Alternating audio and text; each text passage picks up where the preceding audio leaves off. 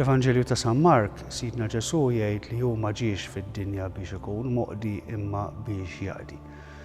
U meta aħna qegħdin niċċelebraw il-liturġija b'mod speċjali il-liturġija tal-Quddiesa, dan il-kliem ta' Ġesu jsir realtà tassew vera għaliex b'dak kollu li aħna nagħmlu waqt il-Quddiesa u b'dak kollu li Alla jagħmel permezz tal-Knisja tiegħu permezz tagħna fil-Quddiesa, aħna nkunu qegħdin ngħixu mill-ġdid l-esperjenza ta' tbatija, il-mewt u l-qawmien mill-mewt ta' Ġesu li hija l-qofol tal-qadi tal-missjoni ta' qadi li Ġesu ġie sew biex jagħmel fid-dinja.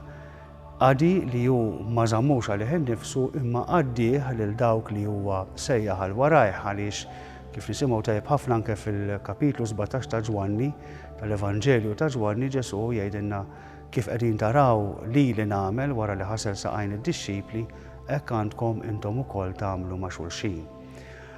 Fil-fatt l-esperjenza tal-liturġija din l-esperjenza divina u umana maquda flimkien huma esperjenza ta' qadi fiha nnifisha. L-ewwel nett il-Knisja qiegħda taqdi lil Alla. Fit-tieni talba Ewkaristika sew wara l-elevazzjoni wara l-kliem tal-konsagrazzjoni aħna nroddu ħar lil Alla għandna ngħidulu s-saċerdot min qed jiċċelebra l-Quddiesa jgħid f'isem kulħadd introddulek ħarmu lej għax għoġbok tilqana hawn quddiemek biex naqduk. Hija grazzja kbira li Alla jagħti lill-Knisja li tista' taqdih. Mela l-Knisja qiegħda taqdi lil Alla. Fl-istess ħin Alla qiegħed jaqdi lill-bniedem mill-ġdid mid-darba mhux għax jaħslilna riġlejna Ġesu, imma għaliex permezz tal-Quddiesa u qiegħed jagħtina il-grazzi tiegħu qiegħed jagħtina in-nifs tal-ħajja biex aħna ngħixu bih. U qed jagħtina wkoll il-grazzja li aħna nilħqu l-perfezzjoni li Ġesu stedilna għaliha. Il-Knisja wkoll qiegħda taqdi lilha nnifisha fil-membri tagħha. Tolqotna ħafna meta fil-bidu tal-Quddiesa aħna nistqarru id-dnubiet tagħna u nitolbu maħfra tagħhom lil Alla.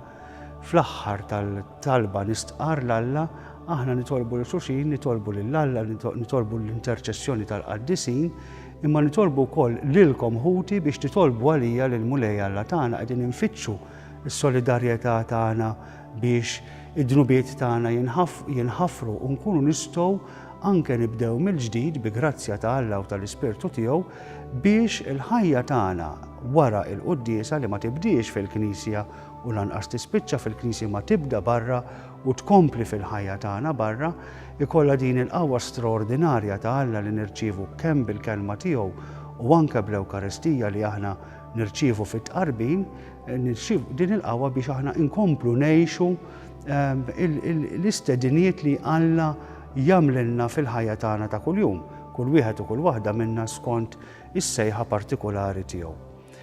Alla jagħtina l-grazzja li naqduh biex ninaqdu dejjem iżjed miegħu. Meta aħna niċċelebraw il-Quddiesa ninnotaw li iktar kemm jgħaddi l-ħin tal-Quddiesa, ovvjament meta jkun ħsiebna hemm, iktar qegħdin nidħlu fil-qalba tal-misteru tiegħu din l-istedina kollha imħabba ġeneruża ta' Alla li aħna nieħdu sehem mill-ħajja tiegħu. Bil-misteru ta' dan il-mawlimbit ikollna sehem min-natura divina ta' Kristu. Din in-natura divina ta' Kristu li tidħol tagħmar ġewwa fina mhux sempliċement biex tibqa' hemm imma biex toħroġ fil-kliem tagħna, fl-imġiba tagħna bejnietna biex il-ħajja tagħna kollha kemm hi tkun xhieda ta' dak kollu li aħna nirċievu mingħand Alla. Hekk forsi hija kultant żvantaġġ għalina li naqsmu l-ħajja tagħna fil-Knisja waqt il-Quddiesa u l-ħajja tagħna barra. Jew kultant anke fil-Knisja stess għandna l-ħidma tal-evanġelizzazzjoni, il-ħidma tad-djakonija tal-qadi donhom kultant ikunu mifrudin minn xulxin. Imma l-ħajja tal-Knisja mhix wieħed jew ieħor, mhix ħidma soċjali jew inkella mhix ħidma ta' tagħlim biss, jew mhix ħidma ta' talb biss, qadi ta' talb, imma hija dawn it-tliet elementi kollha flimkien. Ġesu meta bagħat id-dixxipli tiegħu bagħthom biex jħabbru l-aħbar it-tajba lill bnedmin kollha, jagħmduhom hemm il-qawwa sagramentali, imma wkoll biex jgħallmuhom b'kull mezz u jgħinuhom ħalli dak kollu li jordinalhom hu iwassluh fedelment lill bnedmin kollha.